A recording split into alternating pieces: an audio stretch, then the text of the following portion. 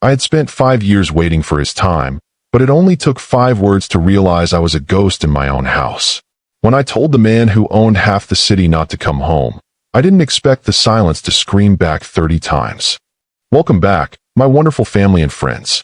I am Mr. ZAHA. Thanks for tuning in today. A kind words from a man who has seen it all. Marriage are not mostly bed of roses, sometime you need more of. More of what? Can't say. Continue watching, and you will surely know what to do in situations like this. Kindly hit that subscribe button and drop a comment letting me know where you're watching from. Tomorrow, I'll be bringing you another exciting story you definitely don't want to miss. So let's get started. The Zenith was not merely a house. It was a fortress of glass and steel, a testament to Benjamin Vance's absolute conquest of the physical world. Perched on the edge of a cliff overlooking the city, it offered a view of the millions of people whose lives were, in some small way, dictated by the movements of Benjamin's pen. But inside, the air was different. It was thin, filtered, and carried the sterile chill of a museum. Emmanuelle stood in the formal dining room, her fingers tracing the edge of a mahogany table that could seat 20. Tonight, it was set for 2. The silver candlesticks, heirlooms from a family Benjamin had long since outpaced, stood tall and cold.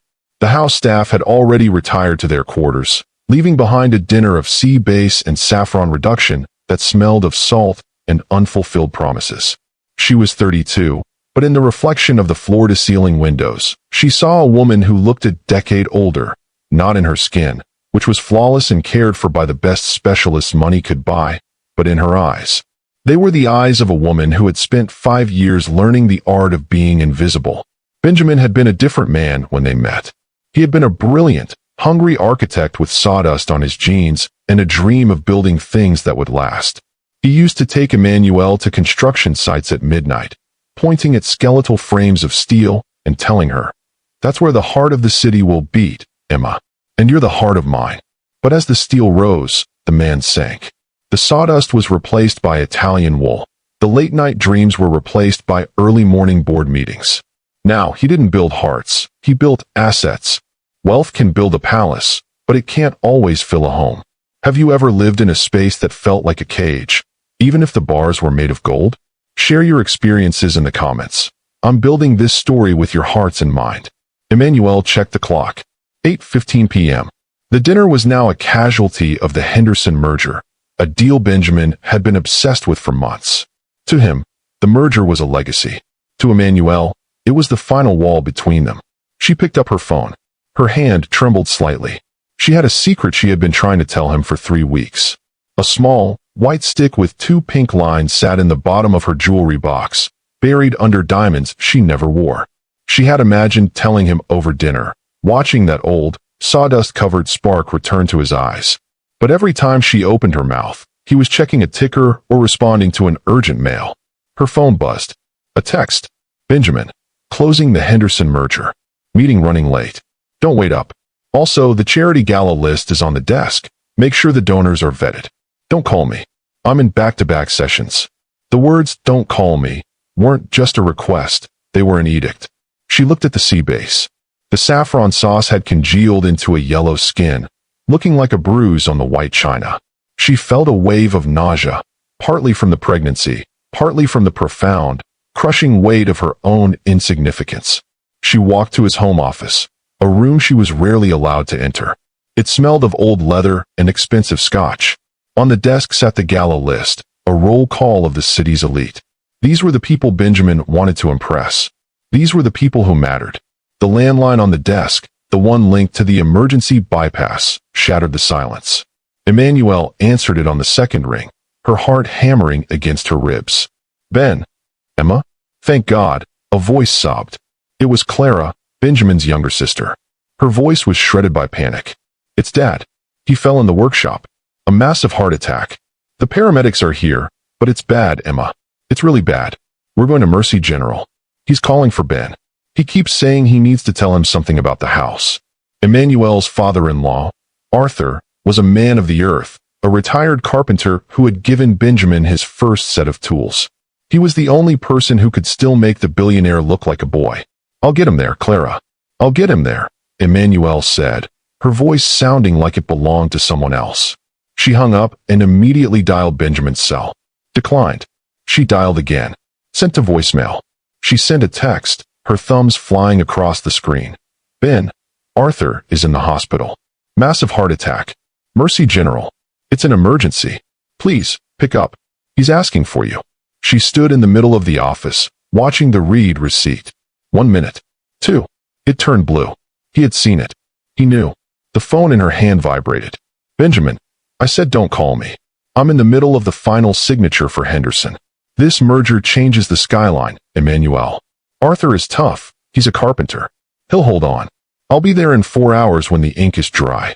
Handle it. Be the woman I married. Emmanuel stared at the screen until the words burned into her retinas. Handle it. Be the woman I married. She looked at the gala list. She looked at the mahogany desk.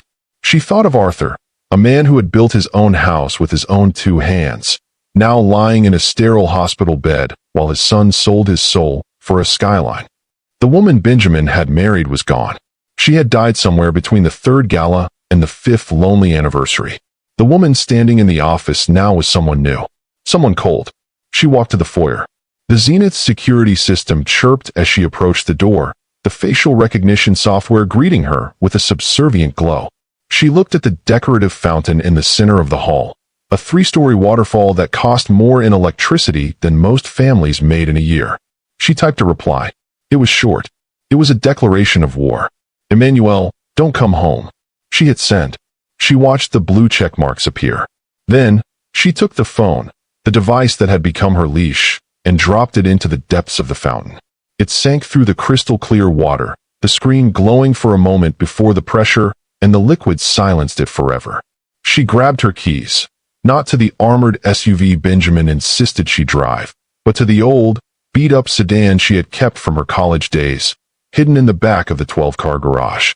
As she drove down the winding hill, leaving the Zenith behind, she didn't look back. She didn't look at the glittering skyline Benjamin was so proud of. She looked only at the road toward Mercy General.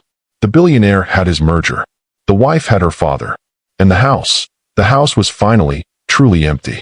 The hospital was the antithesis of the Zenith.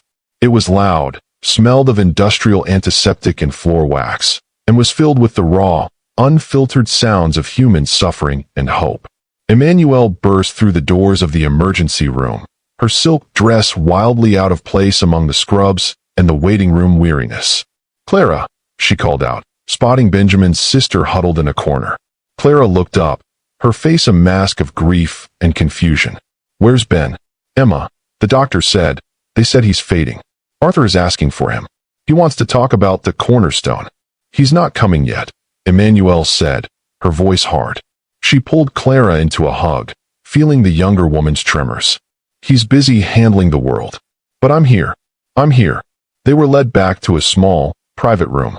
Arthur looked tiny in the bed, surrounded by the beeping machinery of the modern world. He was a man who belonged in a forest, among the scent of pine and cedar, not here. When he saw Emmanuel, his eyes cleared for a moment. Emma, he wheezed, his hand, rough as bark, reaching for hers. Where's my boy? Where's the builder? He's finishing a project, Arthur. Emmanuel lied, the words tasting like poison. He's on his way. Arthur shook his head, a slow, knowing movement. He's building on sand, Emma. I told him. You can't build a life on things that don't breathe. Tell him the cornerstone of the old house. I hit a box there. For the baby. He'll know. Emmanuel's heart stopped.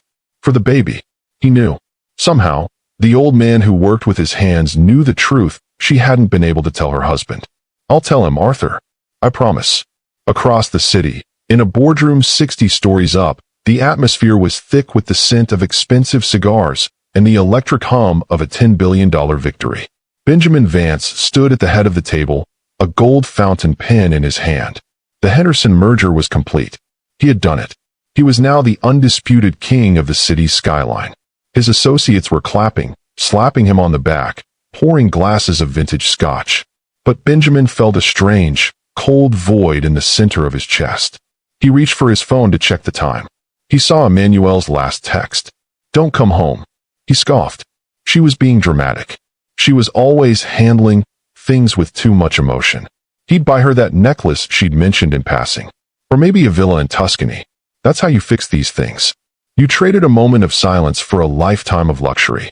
He dialed her number to tell her the news, to tell her they were now the wealthiest couple in the tri-state area. The number you have reached is not in service. He frowned. He dialed again. Disconnected. He called the house. The head of security answered. Mr. Vance. Put Emmanuelle on the phone. She's not here, sir. She left about an hour ago. She took the old sedan. Sir, she left the front door wide open. And she threw her phone in the fountain. We just recovered it. The gold pin in Benjamin's hand felt suddenly, inexplicably heavy. She left. Yes, sir. She didn't say where she was going. But, sir, there's a message on the kitchen counter, written in lipstick on one of the plates. Benjamin's heart began to thud, a slow, heavy beat that drowned out the celebratory chatter of the room. What does it say? It says, "The sea base was cold, Ben. Just like you." Benjamin hung up. He looked around the boardroom. He looked at the Henderson brothers, at the lawyers, at the legacy he had just signed into existence. For the first time in his life, he didn't see a victory. He saw a room full of strangers. He thought of the text about Arthur. Arthur is tough. He'll hold on. A sudden, sharp memory pierced through his corporate armor. He remembered his father teaching him how to frame a door. If the frame isn't true, Ben, the door will never stay shut. No matter how much gold you plate the handle with, the house will always be drafty. He grabbed his jacket and ran for the door, ignoring the confused shouts of his partners. He reached the elevator and hit the button for the garage. He pulled out his personal phone, the one only the family had. 30 missed calls. They weren't from Emmanuelle. They were from Clara. They were from the hospital. They were from the security team. The 30 missed calls were the sound of his world collapsing. He scrambled into his car and roared out of the garage, his tires screaming against the concrete. He drove like a madman toward Mercy General. He dialed Emmanuelle over and over, but the silence was absolute. He reached the hospital and sprinted through the ER, his Italian shoes skidding on the linoleum. He reached the room just as the light was fading. Clara was in the hallway, her face buried in her hands. Is he? Benjamin couldn't finish the sentence. Clara looked up. Her eyes were red, but they weren't full of grief. They were full of a cold, searing fury. He's gone, Ben. He died 10 minutes ago. He was calling for you. He wanted to tell you about the baby. Benjamin felt the floor tilt. The baby? Emma's pregnant, you idiot. Clara spat, stepping toward him. She's been trying to tell you for weeks. But you wouldn't pick up. You told her to handle it. Well, she handled it. She's in there now, with Dad. And if I were you, I'd stay out. You don't belong in a room where things are real. Benjamin stood in the sterile hallway, the king of the skyline, and realized that he was standing on nothing but air. He had won the world and lost the only things that made the world worth living in. Benjamin stands at the door of his father's deathbed, finally knowing the secret of his unborn child, only to realize his wife has barred the door to his heart. As the hospital's PA system calls for a code blue in another wing, Benjamin realizes his own life is the one that needs saving. Visual note: Benjamin through the glass of the hospital door, looking at the silhouettes of his wife and his dead father, separated by a thin sheet of glass that feels like a mountain. Benjamin traded a father's last words for a signature. Is there any amount of money that can buy back a missed moment? Tell me in the comments. What would you do if you realized your success had cost you your soul? The hospital was a jagged world of fluorescent lights and the smell of industrial-grade floor wax, a far cry from the lavender-scented, climate-controlled air of the Zenith. Emmanuelle sat in the small, private room, her hand clutching Arthur's cooling fingers. The silence following a heart's final beat is a specific kind of sound. It's not an absence of noise, but a heavy, echoing presence. Arthur was gone. The man who had built Benjamin's first cradle with a handplane and a prayer had died while his son was signing a $10 billion contract 60 stories in the air. He's building on sand, Emma. The words echoed in her mind. She looked at her father-in-law's face.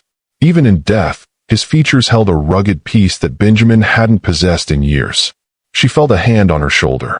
It was Clara, her eyes red-rimmed and hollow. The doctor needs to sign the papers, Emma, Clara whispered.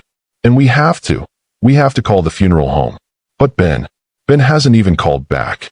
Emmanuelle stood up, her silk dress wrinkled, her hair coming loose from its perfect, curated bun. She felt a strange, cold power surging through her. The invisible wife had finally materialized, and she was made of iron. He won't call Clara, not until the scotch is poured and the cigars are lit. He told me to handle it. So, that's exactly what I'm going to do. In the boardroom of Vance International, the celebration was reaching its peak. The skyline architect was being toasted as a god. Benjamin stood at the head of the table, his hand gripping a crystal glass of 50-year-old Macallan. He should have felt like a king. Instead, he felt like a man standing on a sheet of ice that was beginning to crack. He pulled his personal phone from his pocket, the one with the encrypted line. He saw the text from Emmanuel. Don't come home. He felt a flare of irritation. Drama. Pure drama. He had given her a life that 99% of the planet would kill for. He had given her security, prestige, and a name that opened every door in the city.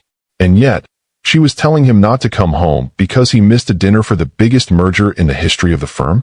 He dialed her number. The number you have reached is not in service. He frowned. That's impossible, he muttered. He called the Zenith's main line. Security. A voice answered instantly. It's Vance. Where's my wife? Sir? Mrs. Vance left an hour ago. She was driving her old car, the one from the storage unit. She didn't take the security detail. And sir, she left the front doors wide open. We found her phone at the bottom of the foyer fountain. Benjamin's grip on the crystal glass tightened until his knuckles went white. She left the doors open? In the Zenith? Yes, sir. It was like she was inviting the world in, or just didn't care if it was taken. And sir, there's a message. On the dining table. She used her wedding ring to scratch it into the mahogany. Benjamin's breath hitched. What does it say? The security guard hesitated. It says, the frame was never true, Ben. Benjamin hung up.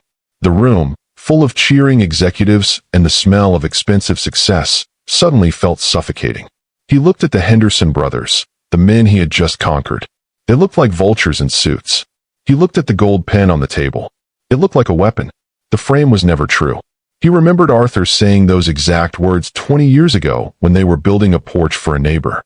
If the frame isn't true, the door will always hang heavy. You can plate the hinges in gold, Ben, but the house will always be cold. Suddenly, the phone in his hand began to vibrate. It wasn't a text. It was a call from Clara. He answered it, his voice tight. Clara, look, I'm coming. I just finished the signature. I'll be at the hospital and... Don't bother, Ben. Clara's voice was a jagged shard of ice. He's gone. Dad is gone. He died 10 minutes ago. He was calling for you. He wanted to talk about the baby. Benjamin felt the floor tilt. The baby? What baby? Emma's baby, you arrogant prick. Clara screamed, the sound echoing through the boardroom, silencing the executives. She's been trying to tell you for 3 weeks. She went to your office. She went to your club. She even left the sonogram on your pillow, and you just moved it aside to make room for your blueprints. You told her to handle it. Well, she's handling it.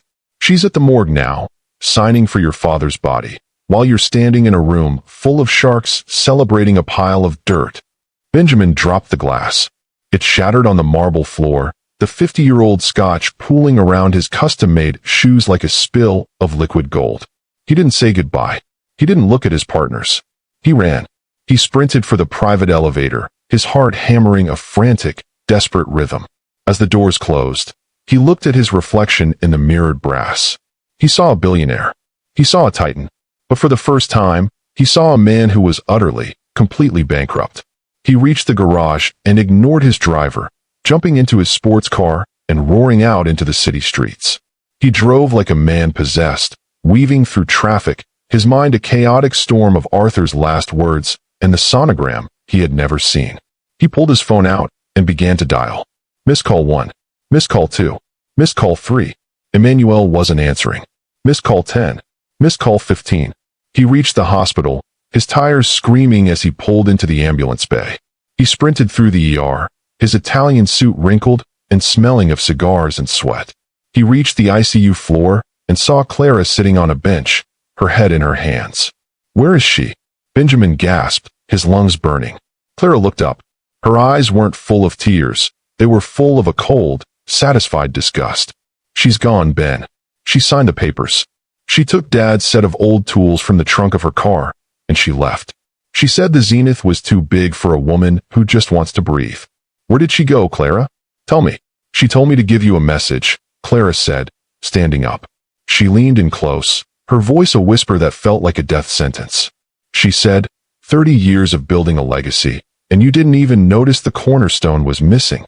She's gone to the old house, Ben. The one you told her to sell years ago. The one you said was low value. Benjamin felt a cold shiver of dread. The old house. The cottage in the woods where he and Emmanuel had spent their first year of marriage. The place where Arthur had taught him how to build. He ran back to his car. He drove for 3 hours, leaving the city lights behind, heading into the dark, silent heart of the forest. The 30 missed calls on his log were a trail of breadcrumbs he hoped would lead him back to a life he had almost destroyed. He reached the cottage at 2 a.m. The old sedan was parked in the overgrown driveway. The house, small and made of cedar and stone, looked like a sanctuary in the moonlight. He stepped out of the car. The air smelled of pine and damp earth. It was a smell he hadn't realized he was starving for. He walked to the front door. It wasn't a glass and steel fortress. It was just a door. And for the first time in a decade, Benjamin Vance was afraid to knock. He saw her through the window. She was sitting at the small wooden table, a single candle lit between her and a small, black and white sonogram photo. She looked beautiful. She looked real. And she looked like she would never speak to him again. As Benjamin raises his hand to knock, he hears a sound from the woods behind him.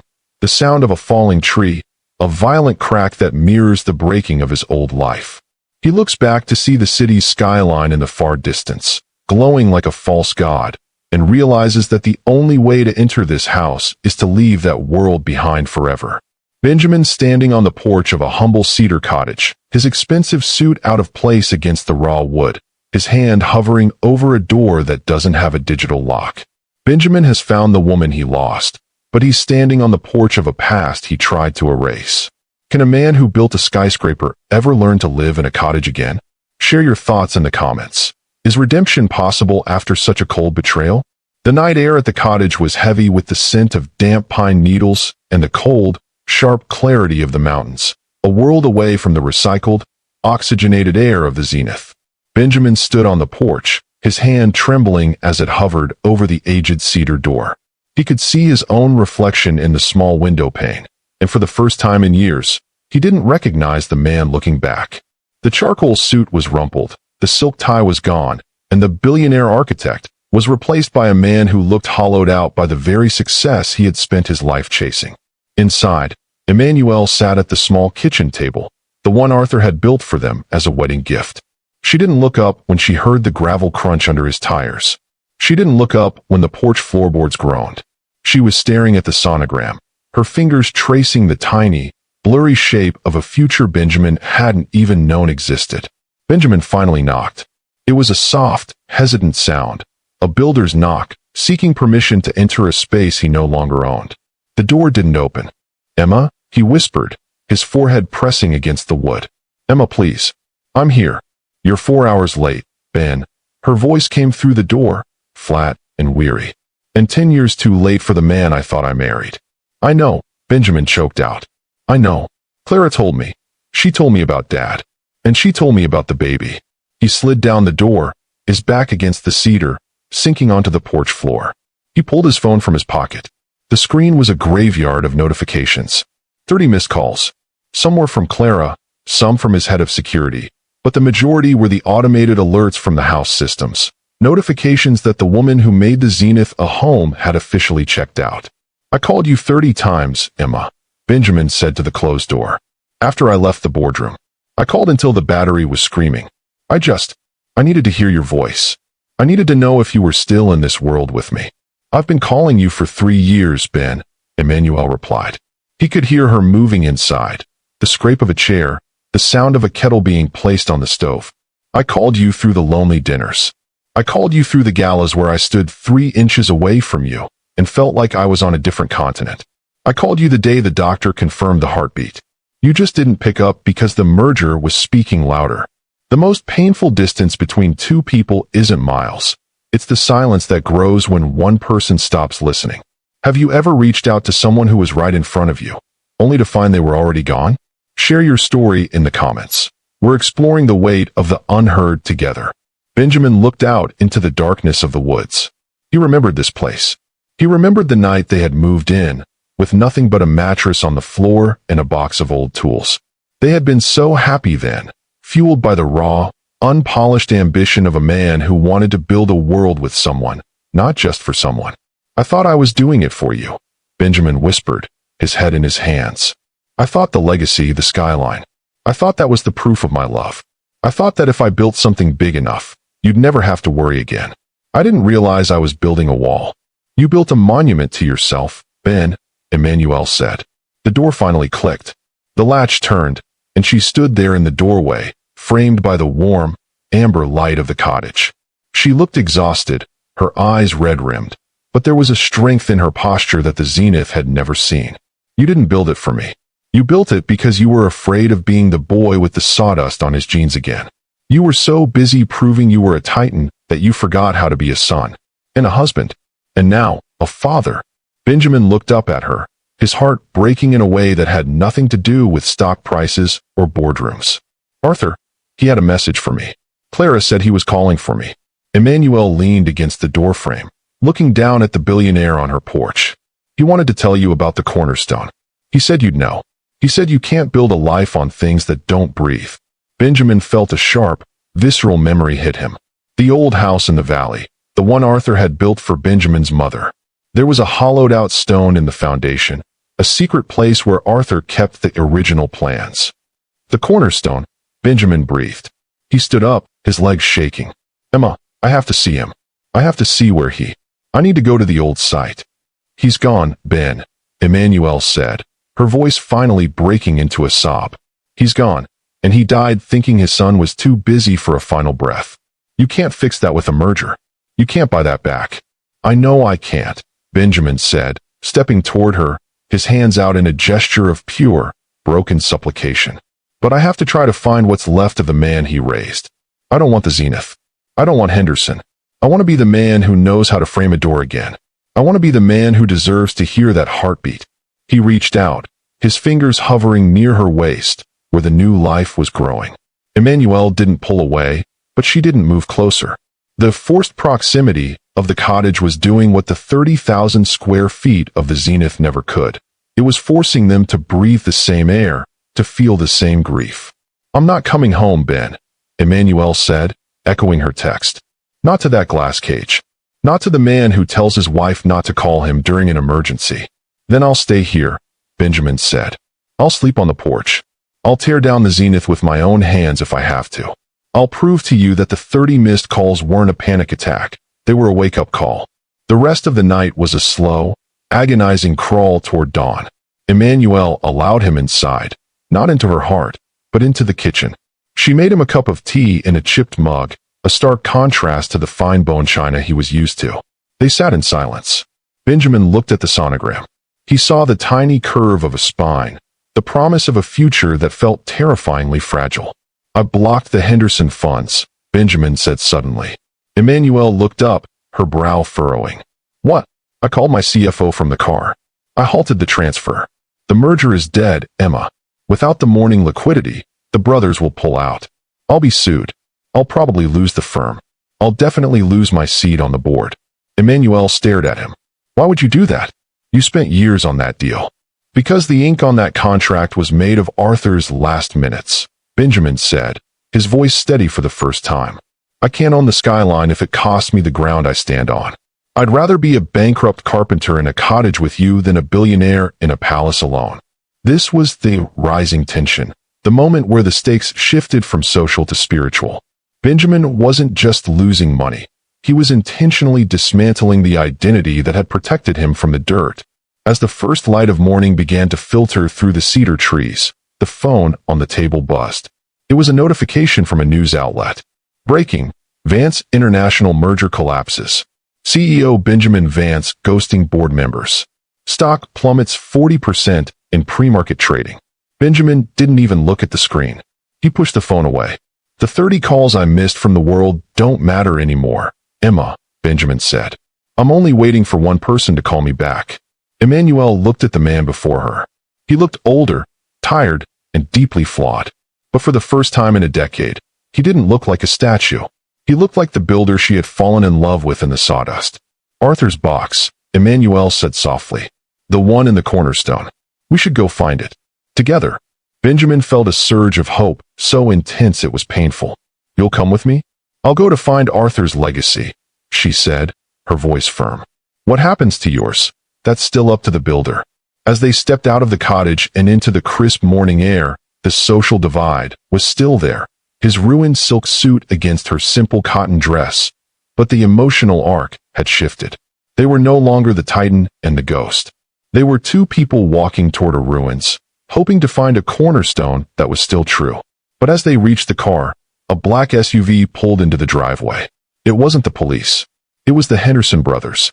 And they didn't look like they were there to discuss the sanctity of life. The corporate world has followed Benjamin to his sanctuary. As the Henderson brothers step out of the SUV, one of them holding a legal document that looks like a weapon, Benjamin realizes that walking away isn't as simple as halting a wire transfer. The world he built is coming to tear down the house he's trying to save. Visual note: the contrast between the sleek, aggressive black SUV and the soft, organic beauty of the sunrise over the cedar cottage. Benjamin tried to kill the merger to save his marriage, but the ghosts of his choices have followed him home. Do you think a person can ever truly walk away from the empire they built, or will the weight of the past always find a way back in? Tell me in the comments. How far would you go to protect your peace? The morning mist was still clinging to the forest floor, a soft, white shroud that made the arrival of the black SUV feel like a tear in the fabric of reality. The engine of the luxury vehicle hummed with an aggressive, low-frequency vibration that rattled the window panes of the cedar cottage. Benjamin stood at the edge of the porch, his body instinctively moving in front of Emmanuel.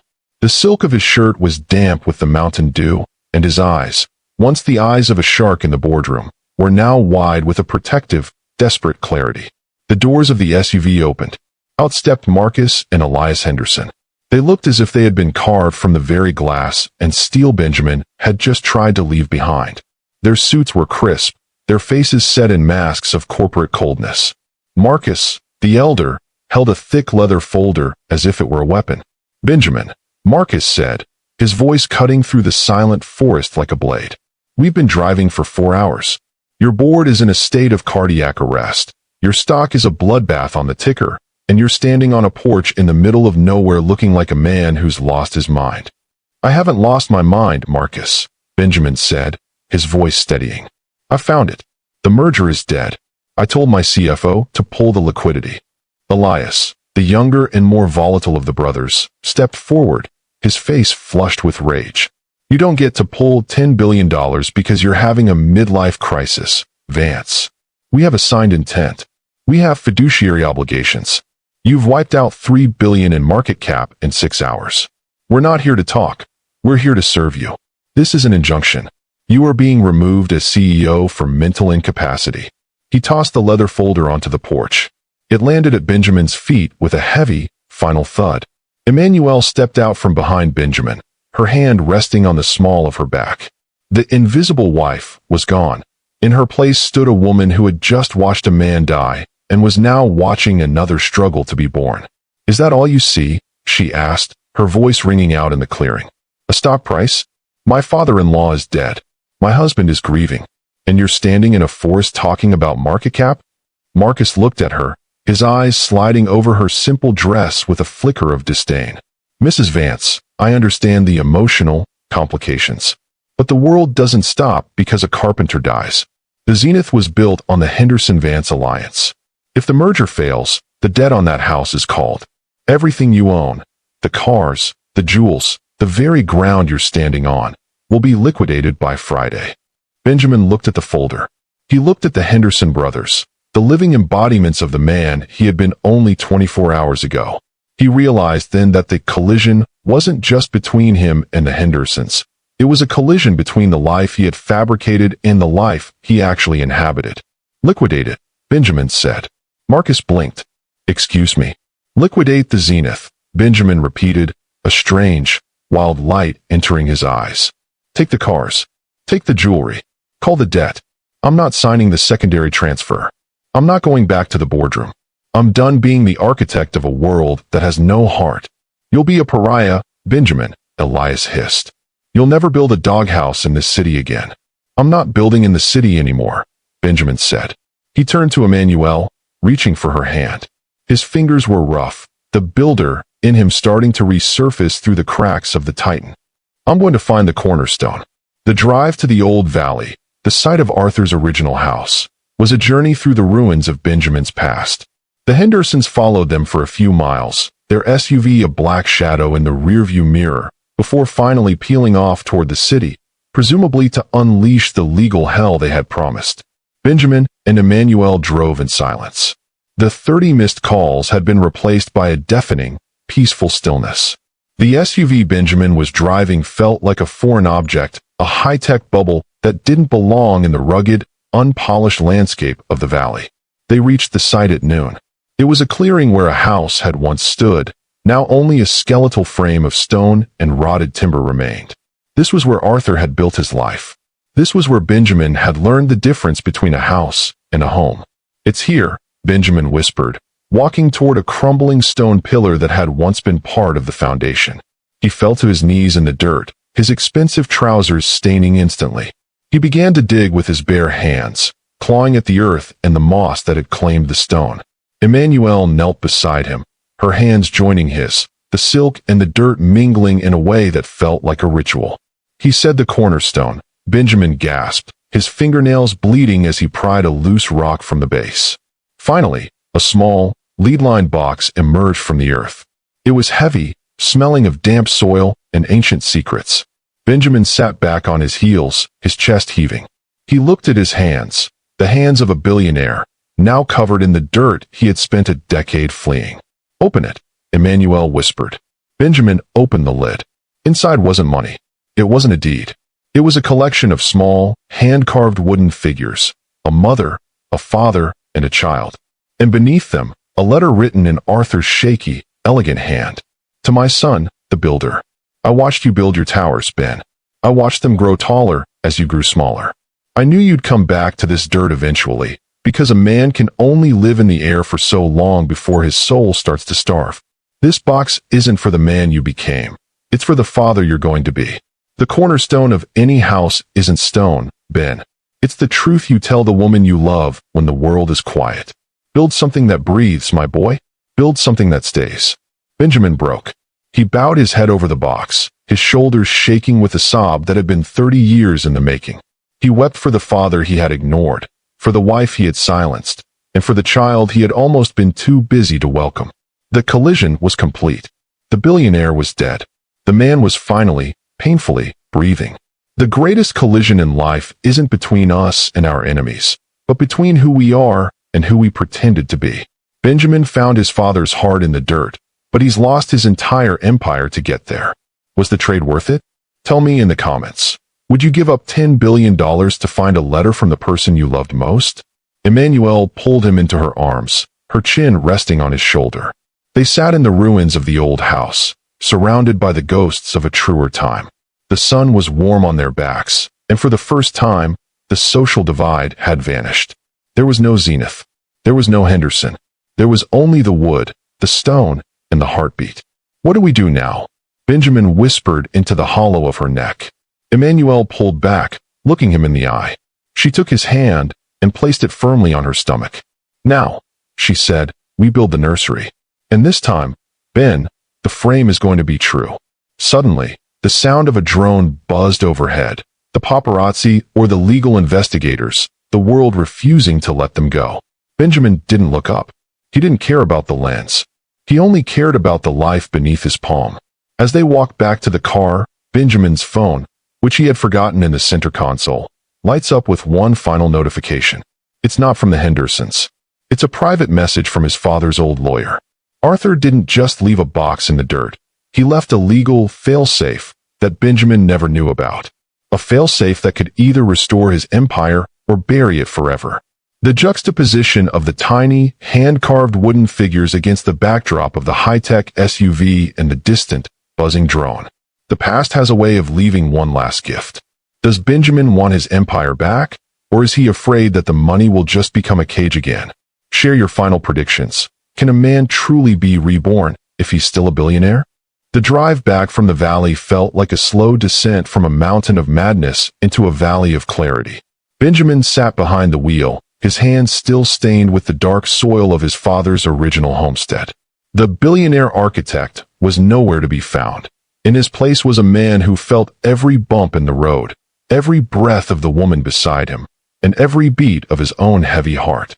Emmanuel watched the landscape transition from the wild, unkempt beauty of the forest to the structured, sterile outskirts of the city. She held the lead-lined box in her lap like a sacred relic. Inside that box was the only asset that mattered now, the truth of who Benjamin Vance was meant to be. As they crossed the bridge into the city, the skyline loomed ahead, a jagged silhouette of ambition. The zenith sat atop its hill, glowing with an automated arrogance that felt like a mockery. "The lawyer's message," Emmanuel said, her voice soft but steady. "What does it say, Ben?" Benjamin pulled over at a small scenic overlook. The city glittered below them, but he didn't look at the skyscrapers. He picked up his phone. From Thaddeus Morgan, personal counsel to Arthur Vance, Re. The Foundation Trust. "Benjamin, your father knew you better than you knew yourself.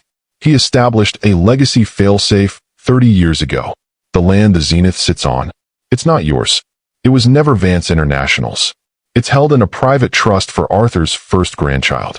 If you attempt to sell the firm, or if the firm attempts to seize your personal assets, the trust triggers an immediate lease termination. The Henderson brothers can't liquidate your home, Ben. They don't even own the dirt it stands on." Benjamin let out a breath he felt he'd been holding for a decade. A dry, jagged laugh escaped his lips, not of triumph, but of profound irony. Arthur, the man who worked with wood and stone, had outmaneuvered the sharks of Wall Street with a simple piece of paper and a lifetime of foresight. "He protected us," Benjamin whispered. "Even when I was trying to outgrow him, he was building a floor beneath me so I wouldn't fall too far." "He didn't build it for you, Ben," Emmanuel said, her hand resting on the box. "He built it for the baby. He built it for the future." Benjamin looked at the city, then at the sonogram tucked into the corner of the box. "I don't want the zenith, Emma. I don't want the title. I'm going to go to the board meeting tomorrow, and I'm going to use this trust as leverage. I'll give them the firm. I'll give the Hendersons the merger. But they have to walk away from us completely. No lawsuits. No non-competes. I want my name back. And I want the old workshop in the valley." Emmanuel looked at him, searching his eyes for the old flicker of greed. She found only a deep, quiet resolve. "You'd give it all up? The billions? The skyline?" "I've spent 10 years building a skyline I can't even stand on," Benjamin said. "I'd rather build a cradle I can actually touch." The final boardroom. The boardroom of Vance International felt like a tomb. Marcus and Elias Henderson sat at the head of the table, flanked by a phalanx of lawyers. They looked like men who had already won, their faces set in expressions of predatory pity. "You're late, Benjamin," Marcus said, tapping his gold pen against the mahogany. "But I suppose a man who spends his night in the mud doesn't have much regard for a schedule. We have the papers ready. Mental incapacity, voluntary resignation, and the total forfeiture of your Class A shares." Benjamin walked to the table. He didn't sit down. He didn't look at the lawyers. He placed a single, yellow document on the table, the trust of Arthur Vance. "I'm not signing those," Benjamin said. Elias scoffed.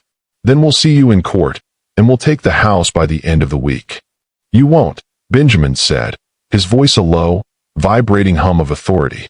"This document is a land-use trust established 30 years ago.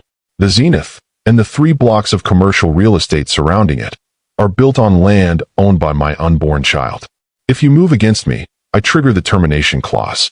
You'll be the first developers in history to own a 30-story building with no legal right to the dirt it's standing on. The litigation will last 20 years. The Henderson brand will be dead before the first hearing." The room went cold. The lawyers scrambled for the document, their eyes scanning the fine print with frantic precision. Marcus Henderson's face went from pale to a sickly shade of gray. "What do you want, Vance?" Marcus hissed. "I want out," Benjamin said. "I'll sign over the firm. I'll give you the merger. But you sign a total release for me and Emmanuel. You take the Zenith. I'm moving out tonight. You keep the gold. I'm taking the tools." The redemption was not in the keeping of the wealth, but in the total, voluntary surrender of it. The Hendersons, driven by the very greed Benjamin had finally shed, signed the papers within the hour. They thought they were winning. They didn't realize they were just inheriting a cage. 1 year later, the morning sun rose over the valley, painting the cedar trees in shades of amber and gold. The air didn't smell of filtered oxygen. It smelled of sawdust, wood smoke, and the sweet, wild scent of the forest after a rain. The old house was no longer a ruin. It had been rebuilt, not with glass and steel, but with honest timber and local stone. The frame was true. The hinges were iron, not gold, and they didn't make a sound when the door swung open. Benjamin stood in the new workshop, his shirt sleeves rolled up, his forearms dusted with the fine, pale powder of cedar. He was working on a small piece of furniture, a rocking chair, built with the same handplane Arthur had used 40 years ago. He stopped for a moment, wiping his brow with a hand that was now calloused and scarred, but steady. He looked at the cornerstone of the workshop. Inside that stone, he had placed the Henderson merger contract, now nothing but a piece of history, and the lead-line box his father had left him. Ben. He turned. Emmanuel stood in the doorway, holding a small, laughing boy with bright, curious eyes that looked exactly like Arthur's. "He's awake," she said, her voice full of a warmth that the Zenith could never have sustained. "And he wants to see what his daddy is building." Benjamin walked over and took the boy in his arms. He felt the weight of his son, the heat of his skin, the reality of a life that breathed. He looked at Emmanuel, and for the first time in his 68 years of existence, he didn't feel like he needed to build a skyscraper to reach the clouds. He was already there. "I'm building a legacy, Arthur," Benjamin whispered to the boy, using the name they had chosen to honor the man who had saved them. They walked out onto the porch together. In the far, far distance, the skyline of the city was a hazy, gray memory, a world of 30 missed calls and cold sea base. Here, the silence was a blessing. The reconciliation was complete. They hadn't just saved a marriage, they had reclaimed a soul. The builder had finally come home. And this time, he had built something that would stay. Benjamin Vance traded a $10 billion empire for a rocking chair and a quiet porch, and he's never been wealthier. True legacy isn't found in the heights we reach, but in the depth of the roots we plant. Do you believe that a person can truly find happiness by walking away from everything the world tells us to want? What is the cornerstone of your own life? Share your final thoughts in the comments. This story belongs to you now. The sun climbed higher, warming the cedar of the porch. Benjamin sat in the chair he had just finished, pulling Emmanuel close to his side. They watched their son play in the dirt, the same dirt Benjamin had once been ashamed of, now the very ground of his salvation. The zenith was gone. The skyline had moved on. But in the heart of the valley, the frame was finally, beautifully, true. Thank you so much for watching my story all the way to the end. Your support means everything. Don't forget to subscribe to my channel and drop a comment below. I'd love to hear your thoughts.